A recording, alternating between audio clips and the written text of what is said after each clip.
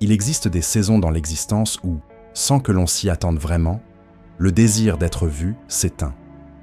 Ce n'est pas nécessairement une aversion pour les autres, ni une volonté de disparaître définitivement, mais plutôt le signe que quelque chose en nous s'est lassé de l'exposition constante. Nous arrivons à un point de saturation, où l'attention d'autrui, l'interaction sociale et l'effort perpétuel d'interprétation deviennent un poids.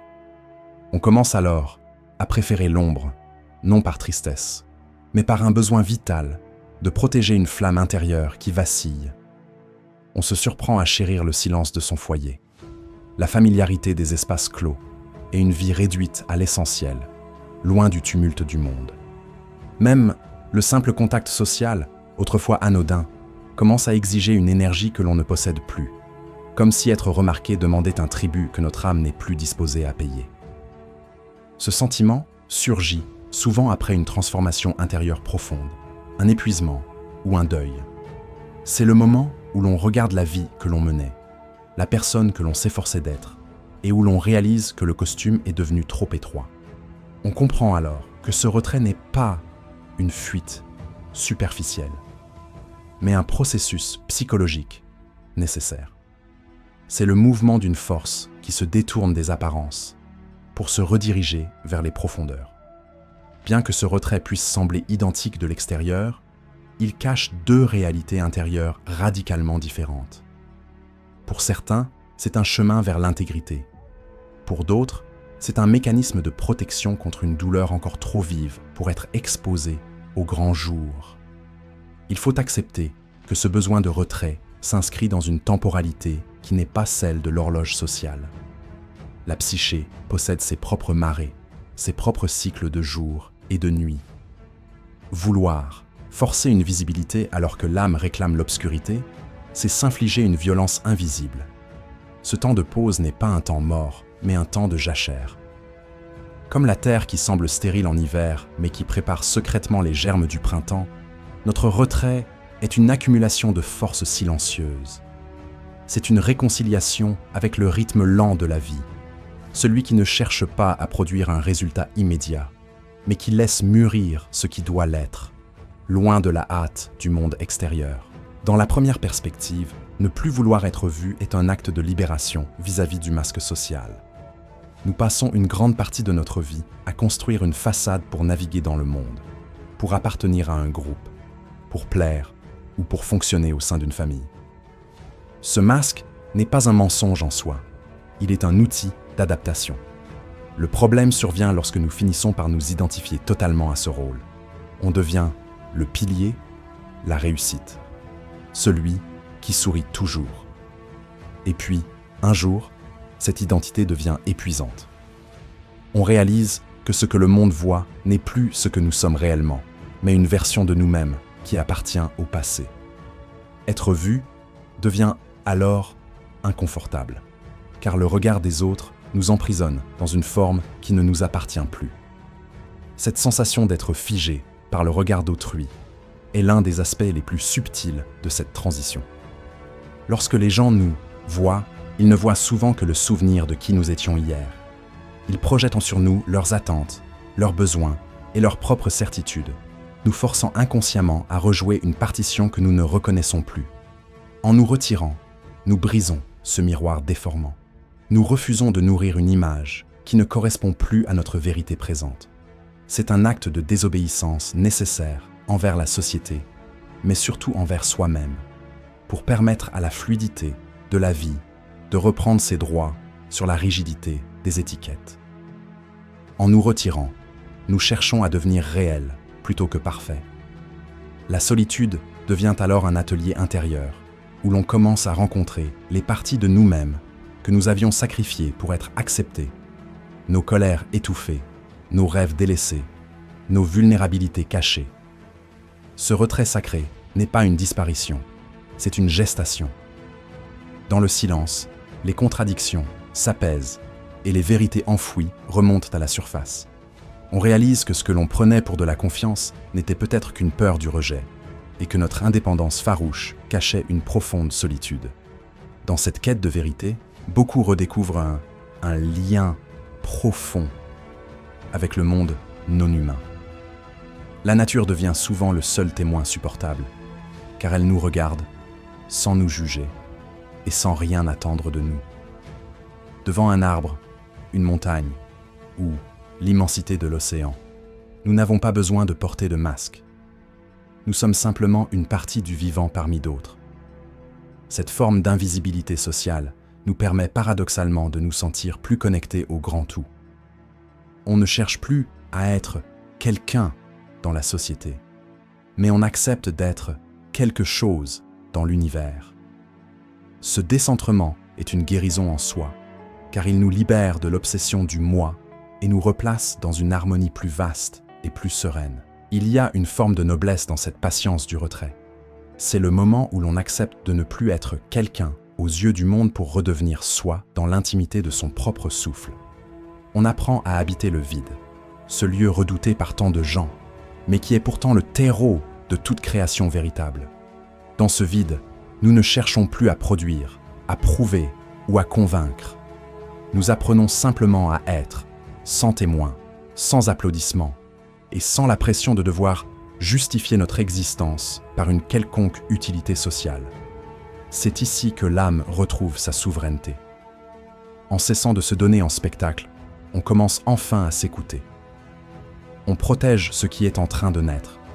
Une identité plus honnête, qui n'a pas encore besoin d'être validée par le regard d'autrui. C'est une période de transition, où l'on accepte de ne plus être ce que l'on était, sans savoir encore qui l'on devient. Le retrait est ici un acte de courage, une manière de dire que l'on ne veut plus vivre à travers le filtre des attentes sociales, mais depuis le centre de son propre être.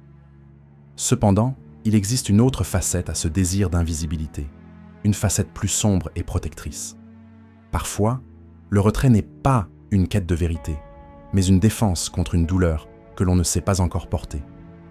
L'esprit, dans sa grande intelligence, apprend que la visibilité peut être synonyme de danger. Être vu, c'est prendre le risque d'être jugé, incompris ou abandonné. Après avoir subi des blessures émotionnelles ou des humiliations, l'ombre commence à sembler plus sûre que la lumière.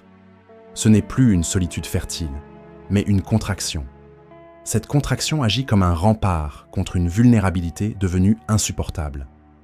Lorsque le monde extérieur a été perçu comme un terrain d'hostilité ou de trahison, l'invisibilité devient une armure. On se retire non pas parce que l'on se sent grandir, mais parce que l'on se sent menacé. C'est un état de vigilance silencieuse où chaque interaction est pesée, évaluée et souvent évitée pour prévenir une nouvelle éraflure sur une psyché déjà meurtrie. Ici, le silence n'est pas une chanson, mais un bouclier, et l'ombre n'est pas un repos, mais une cachette. Il est crucial de distinguer ici la solitude choisie de l'isolement subi. La solitude est une compagne qui nous enrichit, tandis que l'isolement est un vide qui nous appauvrit. Lorsque nous nous cachons par peur, nous risquons de transformer notre sanctuaire en cellule. Le défi consiste à honorer notre besoin de protection, sans pour autant couper les ponts avec notre propre humanité. Parfois, le retrait est simplement le signe que nous devons réapprendre à choisir qui a le droit de nous voir. L'invisibilité n'est pas une fin en soi, mais un moyen de filtrer le monde pour ne laisser entrer que la bienveillance et la compréhension réelle, celle qui ne demande pas de sacrifice de soi. On réduit son champ d'action, non pas pour grandir, mais pour ne plus être touché, là où la peau est encore à vif. La honte, ce sentiment corrosif qui nous murmure que quelque chose ne va pas chez nous, nous pousse à nous cacher. On ne cache plus seulement ses erreurs, on finit par cacher sa propre présence. Cette forme d'invisibilité porte un ton émotionnel lourd. Elle naît de la fatigue d'avoir dû négocier son existence face à des regards désapprobateurs. On finit par moins dire, moins montrer, moins risquer, non par manque de talent, mais par anticipation de la douleur. Dans ce repli, il y a souvent une perte de confiance dans la capacité même du lien humain à être réparateur. On finit par croire que la seule façon de ne pas être détruit est de ne pas être trouvé. C'est une solitude qui peut devenir une prison si l'on n'y prend pas garde, car elle nous coupe non seulement des autres, mais aussi de notre propre capacité à être touchés par la beauté et la tendresse. Pourtant, même dans cette détresse, il y a une fonction vitale. C'est le temps de la cicatrisation, un arrêt forcé pour que les tissus de l'âme puissent se reformer, loin des regards indiscrets. C'est un refuge où l'on espère trouver la paix, mais où l'on ne trouve souvent qu'une réduction de la menace. Pourtant, même dans ce repli défensif, il y a une sagesse à honorer. C'est le cri d'un système nerveux qui demande du répit, loin de la performance et de la stimulation constante d'une société qui traite la visibilité comme la seule preuve de santé mentale. Le monde moderne perçoit souvent le retrait comme un échec, alors que pour l'âme, c'est parfois la seule stratégie de survie possible. Il faut aussi considérer que notre époque souffre d'une pathologie de la transparence. On nous somme d'être accessibles en tout temps, de documenter nos vies, d'exposer nos pensées et de transformer notre intimité en un spectacle permanent. Dans un tel contexte, le refus d'être vu devient un acte de résistance politique et philosophique.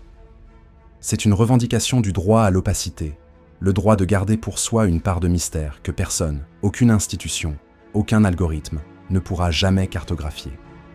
Se retirer, c'est reprendre possession de son territoire intérieur. À mesure que ce territoire intérieur s'affermit, une nouvelle forme de présence commence à émerger. La présence discrète. On ne cherche plus à occuper tout l'espace ou à attirer tous les regards, mais on apprend à rayonner doucement. C'est la force de ceux qui n'ont plus rien à prouver. Cette invisibilité relative devient alors une élégance de l'âme. On peut être présent au monde sans être asservi par lui. On apprend à offrir sa présence comme un cadeau rare et choisi, plutôt que comme une marchandise disponible au premier venu. C'est l'étape ultime du retrait, revenir vers les autres, mais depuis un lieu de plénitude intérieure qui ne dépend plus de leur approbation. Au-delà de la blessure ou de la croissance, il arrive simplement un moment où la vie sociale telle qu'elle est organisée nous semble vide. On devient hypersensible à la superficialité des échanges et à la manière dont les individus se rencontrent à travers des rôles plutôt qu'à travers leur humanité réelle. L'éveil à cette réalité modifie nos motivations profondes. Le désir d'être admiré ou validé perd de son emprise.